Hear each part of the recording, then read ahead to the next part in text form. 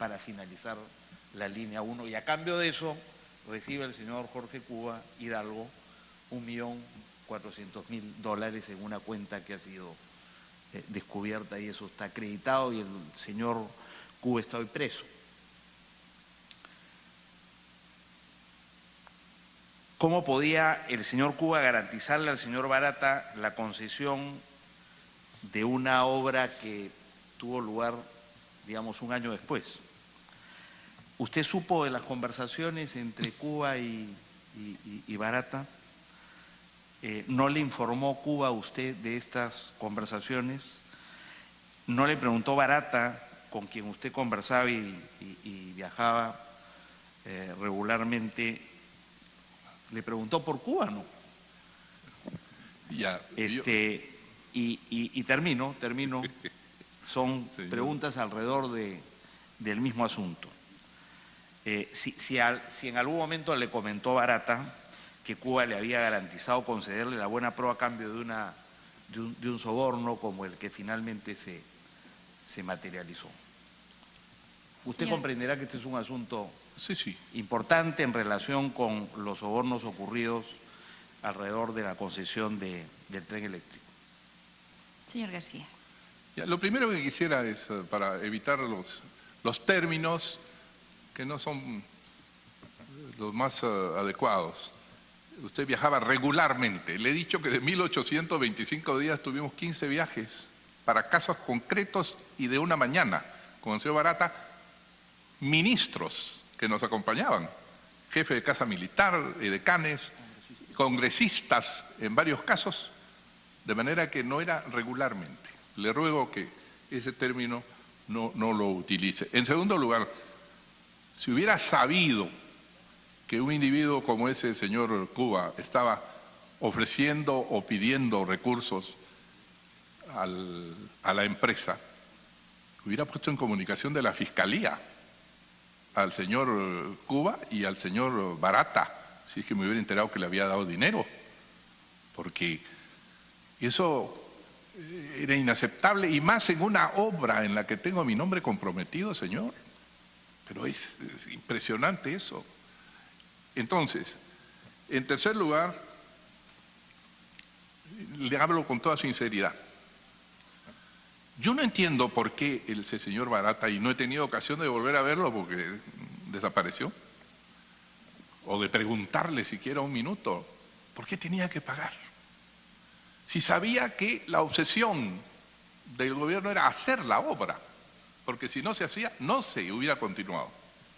En segundo lugar, sabía que por haber hecho la primera parte del tren, tenían estudios, tenían todas las condiciones técnicas para ganar una licitación, como en efecto la ganaron, porque ellos ganaron el concurso del 25 de junio del año 2009 y alcanzaron la buena pro el 2 de diciembre del año 2009, no porque le paguen a Cuba, personaje que debe pagar en prisión su felonía, sino porque estoy convencido de que tenía más condiciones y más ingeniería, y porque ofrecieron un precio sensiblemente menor al que ofrecieron las otras empresas. Yo hasta ahora, le digo honestamente, no comprendo por qué tenían que satisfacer el pedido de un felón.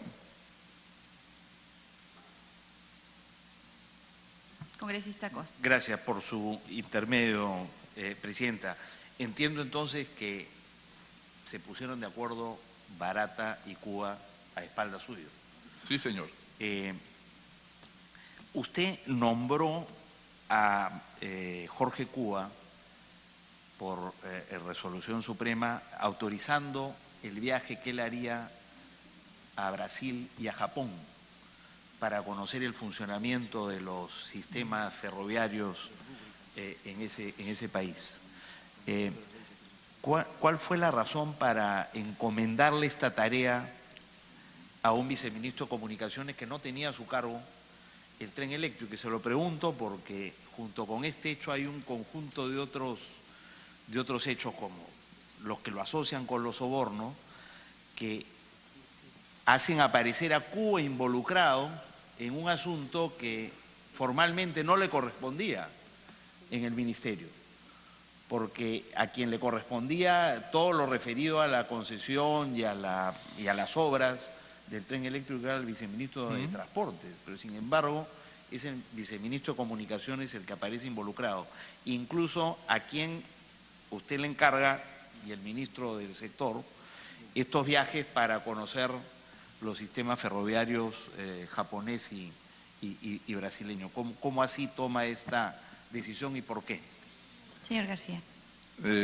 Señor congresista, como usted ha estudiado bien la Constitución y la Ley Orgánica del Poder Ejecutivo, sabrá, como he mencionado al comenzar, el presidente, artículo 118, inciso 3, dirige la política general del Estado. No encomienda a un funcionario ir a tal lugar o tomar un café o hacer tal gestión. En segundo lugar, el presidente en las resoluciones supremas rubrica lo que firma el ministro y eso significa que es de su entera responsabilidad. Yo supongo que el señor Cornejo ha explicado aquí por qué dio esa licencia que le permitió al señor Cuba encargarse de un proyecto. Pero obviamente el presidente de la República que autoriza, aunque insistimos en reducir el número de viajes de funcionarios en todas las leyes de presupuesto, pues yo no estoy en el segundo a segundo de saber qué cosa va a ir a hacer un funcionario del Ministerio de Transportes a Japón. No sé, tendrá algo que hacer. Si el ministro lo propone, es su responsabilidad. Y yo rubrico o le pido al ministro que se vaya porque no tengo confianza en él. Simplemente. Congresista Costa, si me permite, voy a regularizar la sesión dando la bienvenida a los congresistas que nos acompañan desde el inicio de la sesión, el congresista Jorge del Castillo, Javier Velázquez, Elías Rodríguez y Vicente Ceballos. Y damos la bienvenida en este momento a la congresista Luciana León y al congresista Hernando Ceballos. Entiendo entonces que lo mismo me dirá usted sobre el nombramiento del señor Cuba como viceministro de Comunicaciones. Le fue propuesto por el ministro del sector.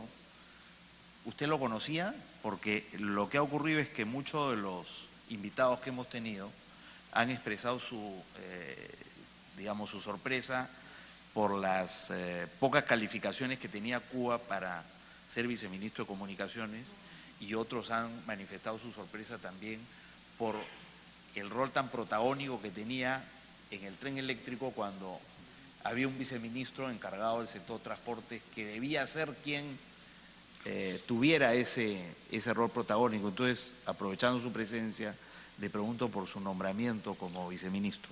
El artículo 25 de la Ley Orgánica del Poder Ejecutivo establece que los viceministros se nombran a propuesta y pedido del ministro del ramo correspondiente. De manera que el señor Cornejo solicitó eso y sería quitarle confianza o decirle, bueno, no estoy de acuerdo, yo no investigo las condiciones, yo investigo las condiciones profesionales, técnicas de cada ministro y he tenido muy buenos ministros, pero no conozco exactamente las condiciones técnicas de cada viceministro que ellos proponen, es su equipo de trabajo y el que sea su equipo de trabajo al presidente de la República, como si yo le preguntara, ¿usted que era ministro de Toledo sabía que pidió 20 millones de dólares por la interoceánica? No, seguramente no, pero bueno, esto es más o menos el caso. ¿Yo qué sabré lo que hace ese señor Cuba? Claro, la diferencia es que yo era un subordinado del presidente Toledo y en este caso es al revés, ¿no? El presidente Kuczynski también. Subordinado, sí. No tenía por qué saber. Digo, mientras que si es pero claro, usted no participó en Proinversión. Evitamos el diálogo, claro, señores, sí. Señor congresista y señor Sí. García. No, me refería a que hay distintas relaciones entre un subordinado y un jefe, ¿no? Y en este caso, claro, usted como jefe de Estado tiene responsabilidades en relación con la selección de su personal. Pero me queda claro que el viceministro es una propuesta del ministro del sector. Y ya para terminar, en relación con el señor Cuba, quisiera decirle que él ha guardado silencio cuando la comisión lo ha ido a ver a Piedras Gordas en Ancón. Al igual que el señor Luyo, que comenzó a dar su testimonio, pero cuando llegó su abogado decidió acogerse al silencio. Y nosotros consideramos que, sobre todo el de Cuba, es un testimonio fundamental para conocer la verdad y poder hacer justicia en este gravísimo caso de corrupción que en efecto mancha una obra importante para la ciudad y el país. Entre otras cosas porque además los montos de sobornos involucrados en el tren eléctrico, conocidos hasta ahora, parecen ser una parte de lo que podrían ser los sobornos involucrados con... Esta es una hipótesis, por supuesto, no hay ninguna evidencia de ello. Y lo digo ¿por qué? Lo digo porque los especialistas y los que han escrito sobre estas cosas sostienen que los sobornos oscilan entre el 3% y el 5% del costo inicial de la obra. Entonces, si asumimos ese estimado como correcto, imaginamos que ese criterio se aplicó en este caso, el soborno oscilaría entre los 30 y los 50 millones de dólares, considerando que estamos hablando de una inversión inicial de casi 1.000 millones de dólares, 970 y tantos millones de dólares, línea 1 y línea 2. Línea 1 y línea 2. Y en realidad hasta este momento se han identificado 1.4 millones de dólares por el tramo 1 y 6.7 me parece por el tramo 2. O sea, 8.100.000 de lo que podría ser un soborno entre 30 y 50. Entonces, lo que quiero decir es que hay mucho por investigar todavía en este caso. Por ello, sabiendo que usted además más que nadie está interesado que se esclarezcan los hechos, me pregunto si usted podría hacer una invocación pública al señor Cuba y a sus colegas en prisión para que colaboren con las autoridades fiscales y... Señor abogado, el micro, por favor. Sí, buenos días. El expresidente García está acá como testigo, como usted bien lo ha referido. Hay una carta que se ha cursado y se ha establecido algunos temas sobre los cuales él ha dado su explicación, pero creo que no está acá para, evidentemente, hacer invocaciones a nadie que sea materia de una investigación fiscal o congresal, y tampoco para hacer opiniones respecto a tratados, referencias de algunos especialistas, como ha referido el señor Dino Costa. En consecuencia, yo solicitaría a través de su presidencia que se cumpla de alguna manera la razón y el hecho por la cual él está acá. Él está como testigo para responder sobre hechos que él pueda dar testimonio de lo mismo, no para hacer comentarios, referencias o invocaciones que en verdad no serían parte de sus obligaciones de su presencia en este lugar. Se toma en cuenta en cuanto sea pertinente por cada uno de los congresistas lo que usted acaba de decir, señor abogado. Señor García. Bueno, dos temas, señor Costa. El señor Cuba es un subordinado de un subordinado. Es decir, él es nombrado por el ministro, que es un subordinado del presidente. Cuando el subordinado de un subordinado peca, se vende o pide un soborno, lo que hace es, eso no va hacia arriba. Cuando el jefe de todo el sistema pide un soborno, él tiene que actuar a través de sus ministros, no lo olvidemos. Por consiguiente, el camino de esa ruta es absolutamente inversa. Yo no estoy aquí para hacer invocación a una persona con la que no tengo ningún trato. Y quiero decir de paso que la única relación es que ese señor escribió un artículo sobre deuda externa allá en 1990. Y como lo consideré positivo, dentro de mi lógica de esa época, fue incorporado en una revista que se editó sobre deuda externa sin pago ninguno, simplemente porque estaba bien escrito, me pareció. Pero no voy a hacer invocación porque no tengo trato, pero sí digo, yo estoy aquí, señora presidenta, porque creo mi obligación y vendré 10 veces si 10 veces la comisión me lo pide. Eso sí, 10 veces. Creo que todos los peruanos tienen la obligación de venir aquí, comenzando por el presidente de la República. Tienen la obligación de venir porque el escándalo es demasiado grande y ha destruido el sistema político y la confianza de los peruanos y ha causado una indignación, y la única manera es ponerse al servicio de la verdad y no eludirla. De manera que, engroso, de manera general, a todos, vengan y digan su punto de vista y su verdad. Congresista Costa, Gracias, el congresista Jorge Castro está pidiéndole una interrupción. Sí, con congresista Jorge Castro. Bueno, simplemente en torno a este tema, el señor García en todo caso elude o indica no tener ningún tipo de responsabilidad en este caso del señor Cubas. Señor García. No he entendido. Usted habla de eludir, no entiendo. Simplemente con lo que usted está manifestando, está tratando de eludir en todo caso o de radicalmente indicar que no tiene ningún tipo de responsabilidad con el caso del señor Cubas. Prefiero la segunda parte. Rechazo absolutamente cualquier insinuación de tener contacto con esa persona y mucho menos con sus felonías. Y en todo caso, como una contrapregunta, el responsable es el señor Cornejo. No tengo ningún indicio ni prueba de que el señor Cornejo haya recibido sobornos compartiéndolos con el señor Cuba o lo haya designado a él como personero ante Odebrecht. Solo para terminar esta parte. La cuestión está muy clara, señor García. Hay una corrupción. Dentro de esa corrupción ya está determinado un monto.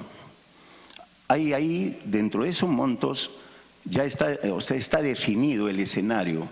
En este momento solamente quedarían como responsables, aparte de Cubas, porque esto, como usted lo ha indicado, usted hacía el contacto político desde arriba con Odebrecht, le interesaba la inversión, vamos a creer de buena fe en ese sentido. Se trajeron los dineros, etcétera, la intervención de Odebrecht, pero aquí quedan 2 o 3 casilleros por llenar simplemente. Alguien tiene que ser responsable porque el señor Cubas no tomaba la determinación final sobre estos temas. Alguien ha tenido, es lógico, por una situación lógica, si comenzamos a analizar hacia arriba, no yendo hacia abajo, sino hacia arriba, tiene simplemente 3 posibilidades acá. Alguien lo monitoreó a Cuba, porque no puede hacerlo él de manera individualizada, no tiene esa capacidad para decidir esas cosas. Alguien de arriba ha tenido que ser, o es el ministro, el presidente del Consejo de Ministros o el presidente de la República. Alguien tiene que estar en estas cosas metido. Esa es la cuestión clara. Entonces, si usted, vayamos a una situación, si usted quiere colaborar ahora lo hemos escuchado, de una manera abierta en una lucha contra la corrupción, entonces colabore en ese sentido, porque si no, esto no puede quedar en el limbo diciendo que no vamos a llegar a nada. No pretendamos eso. Muchas gracias, señor presidente. Gracias, congresista Castro. Congresista Costa, le solicito una interrupción del congresista Mulder. Sí, congresista Mulder. Presidenta, lo expresado por el congresista Castro es sin duda una preocupación que todos tenemos. ¿Cuál es la razón, no? Y además si hubiera algún tipo de red o de supeditación. Pero ese es el trabajo de nuestra comisión. Para eso estamos nosotros instalados, para ver justamente ese tipo de circunstancias. Pedirle a las personas que comparecen aquí que hagan la especulación que nos corresponde a nosotros está fuera de lugar, porque lo que tienen que hacer las personas que comparecen es contestar sobre los hechos, y los hechos que se le preguntan, pero ya decir, a ver, especule usted, ¿cómo puede ser? Eso es simplemente entrar en un terreno en el que ni siquiera nosotros, con todos los elementos de juicio, podemos tener. Así que creo que lo que hay que hacer es concentrarse en hechos, las respuestas sobre los hechos, las versiones que se dan, y después nosotros haremos las conclusiones. Absolutamente pertinente, congresista Mulder. Hablemos sobre hechos y sobre los hechos que se preguntan.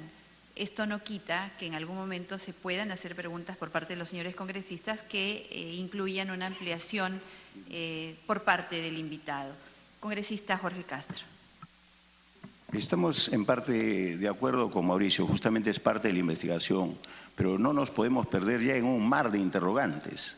La cuestión está prácticamente, los límites de la investigación están claramente definidos. O sea, aquí hay algún responsable y los responsables ya se está achicando, se está cerrando el círculo.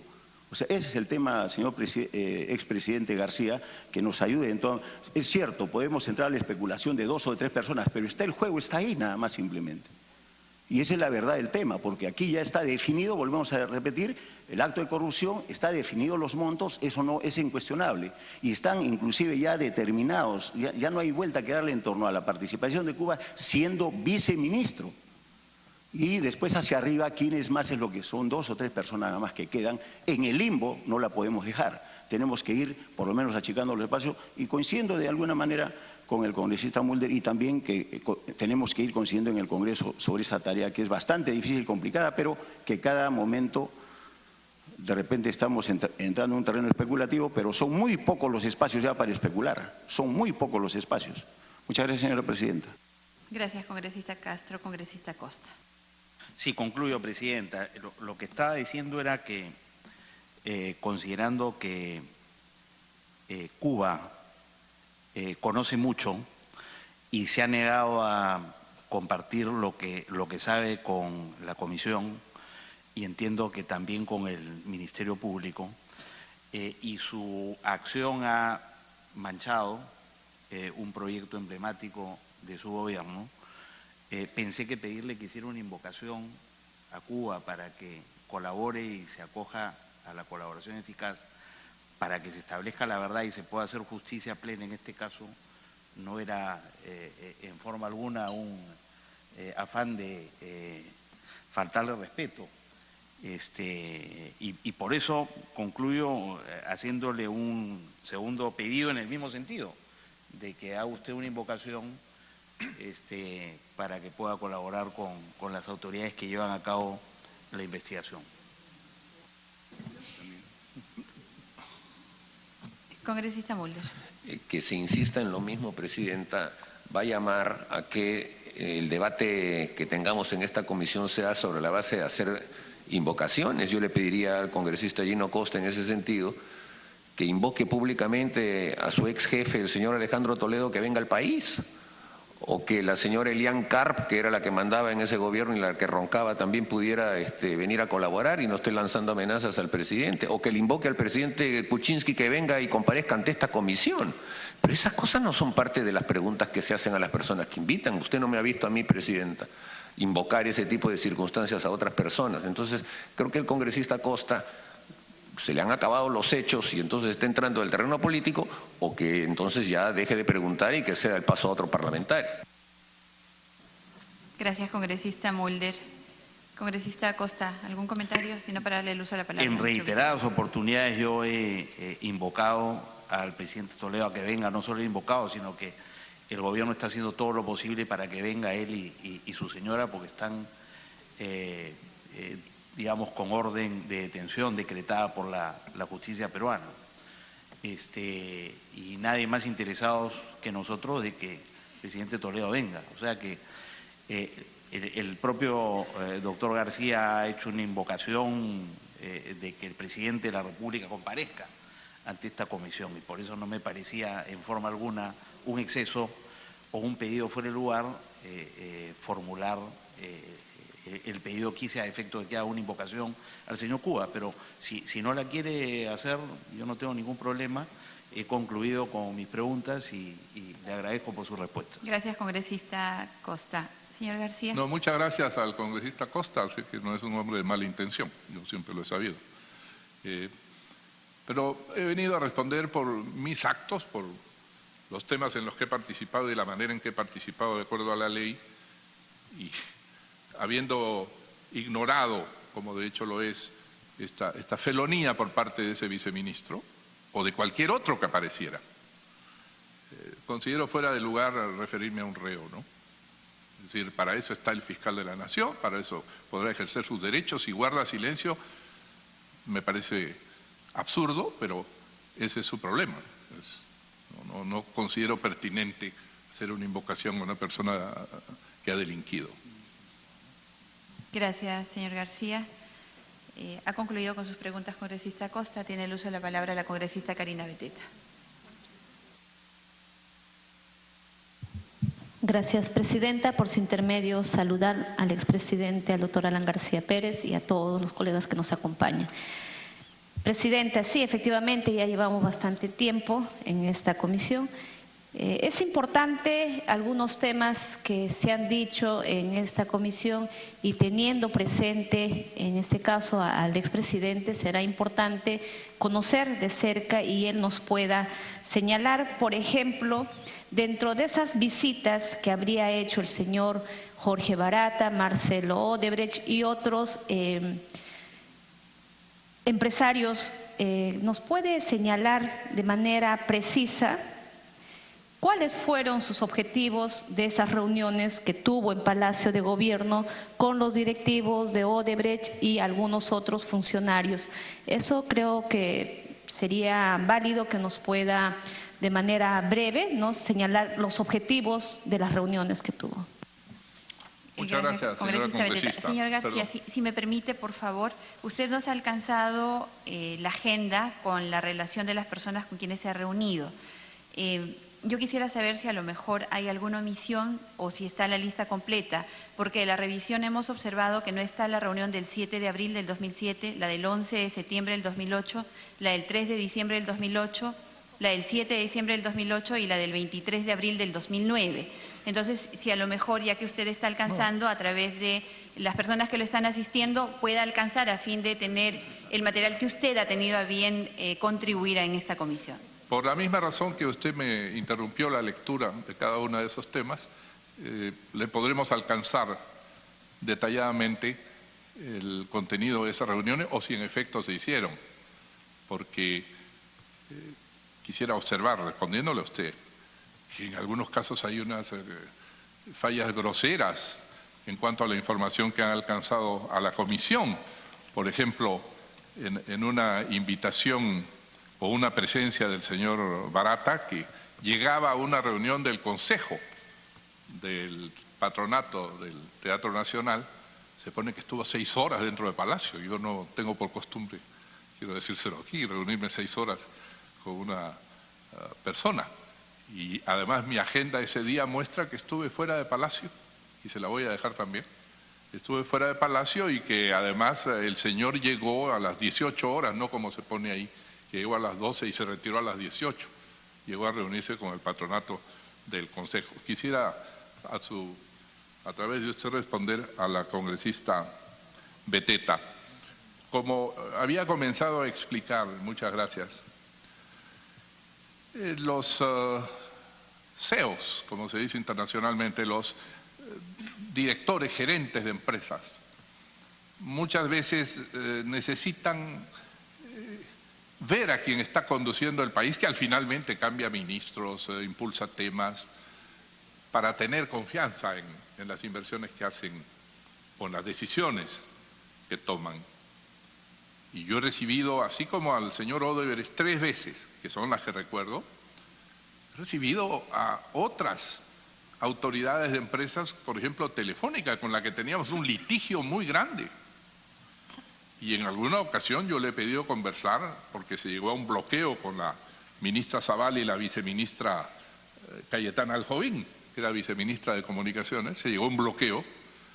Entonces pedí al presidente de Telefónica venir a conversar por qué estaban haciendo ese bloqueo y le dije que me iba a referir al presidente mundial de Telefónica para romper ese bloqueo.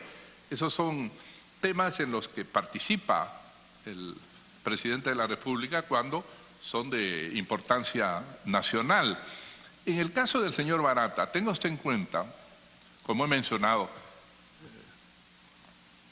Tarapoto, Yurimaguas, Pongo de Cainarachi, el tema de La Llorona, Cuñumbuque Zapatero, todas las inauguraciones del sur, y luego el tren eléctrico, que era un proyecto tan querido y tan importante.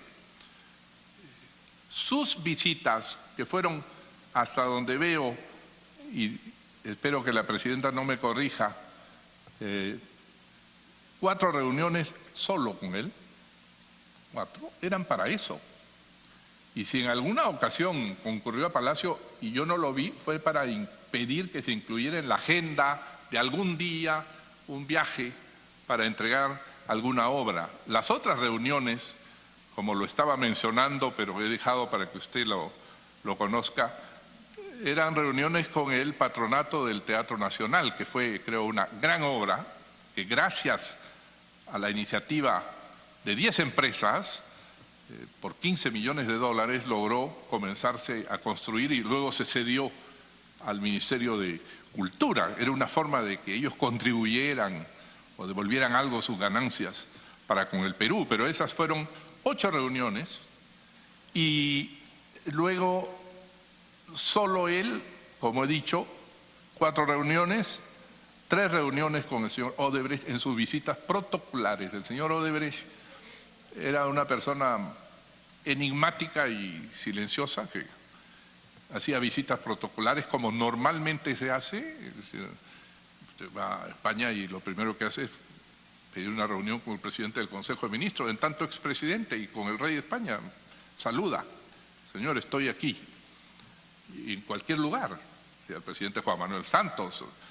Llega uno en tanto político, otros llegan en tanto gestores de grandes inversiones, que son muy importantes. Pero estas son las razones por las cuales yo he recibido al señor Barata y al señor Odebrecht y al grupo del Teatro Nacional. Presidente. Congresista Beteta.